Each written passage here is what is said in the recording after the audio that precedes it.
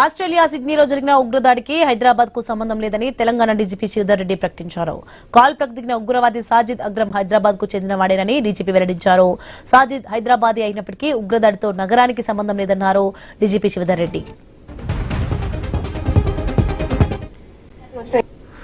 In Australia also, 7 people were arrested today in the Bondi Beach shooting. So one thing is that there is this inter-country investigation between India, Telangana police and the Australia police.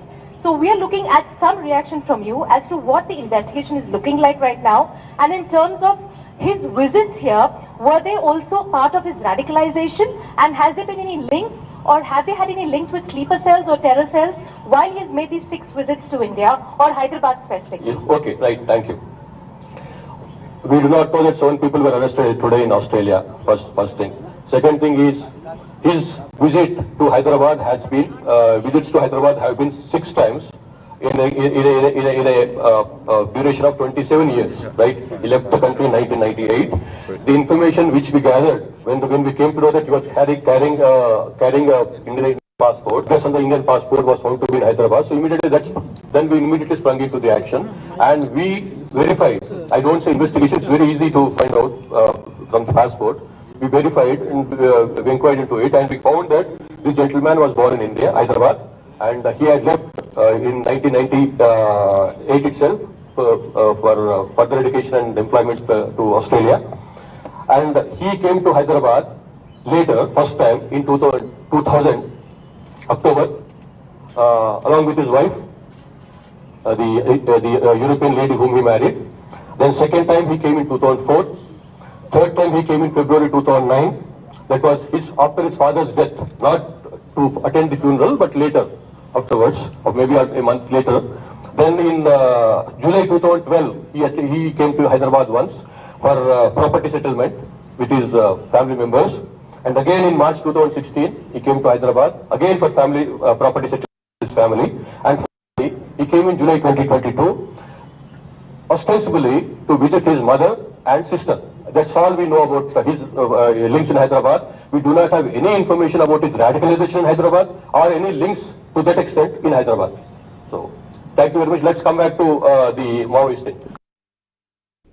In Australia also,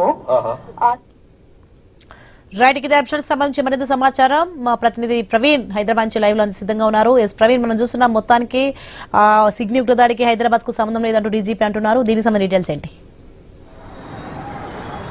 yes Sony, మనం చూసుకుంటే కనుక Australia Sydney డింబీ బీచ్లో కాల్పుల ఘటనకు సంబంధించి Telangana DGP అయితే Sridhar Reddy respond అయ్యారు.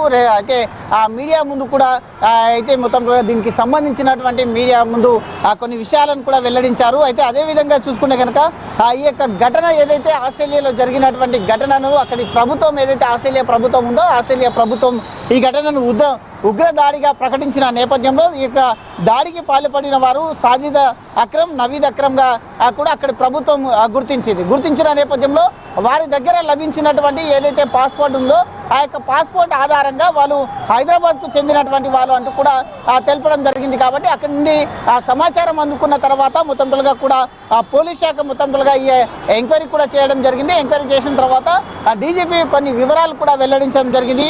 అయితే సాజిద్ అక్రమ్ స్వస్థలం హైదరాబాదే.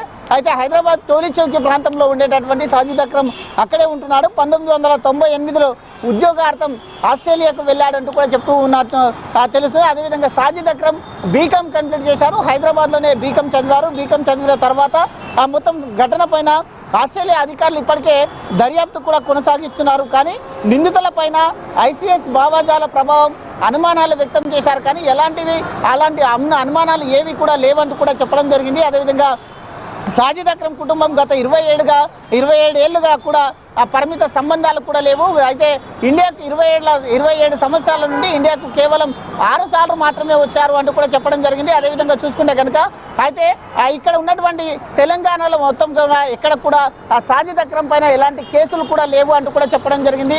ఈ యొక్క ప్రాపర్టీ ఏదైతే ఉందో ఆ ప్రాపర్టీని కూడా ఇక్కడ అమ్ముకుని మొత్తంగా ఆస్ట్రేలియాలో ఉండేటటువంటి అక్కడే ఒక యువతిని వివాహం చేసుకున్నారు. పెళ్లి చేసుకున్న తర్వాత అక్కడే ఇక్కడే సెటిల్ అయ్యారు అంటూ కూడా చెప్పడం జరిగింది. అలాంటి ఉగ్రవాదకు సంబంధించినటువంటి ఎలాంటి ఆధారాలు అయితే వాళ్ళ ఫ్యామిలీలో లేవంటూ కూడా చెప్పడం జరిగింది. అదేవిధంగా చూసుకుంటే కనుక అయితే 27 ఏళ్లలో 6 సార్లు మాత్రమే వచ్చారు. సాజిద్ పైన తెలంగాణలో ఎక్కడ కూడా కేసు లేదు కాబట్టి దీనికి సంబంధమే లేదు అంటూ కూడా తెలంగాణ డీజీపీ శివధర్ రెడ్డి తెలిపినట్టుగా అయితే తెలుస్తుంది. రైట్.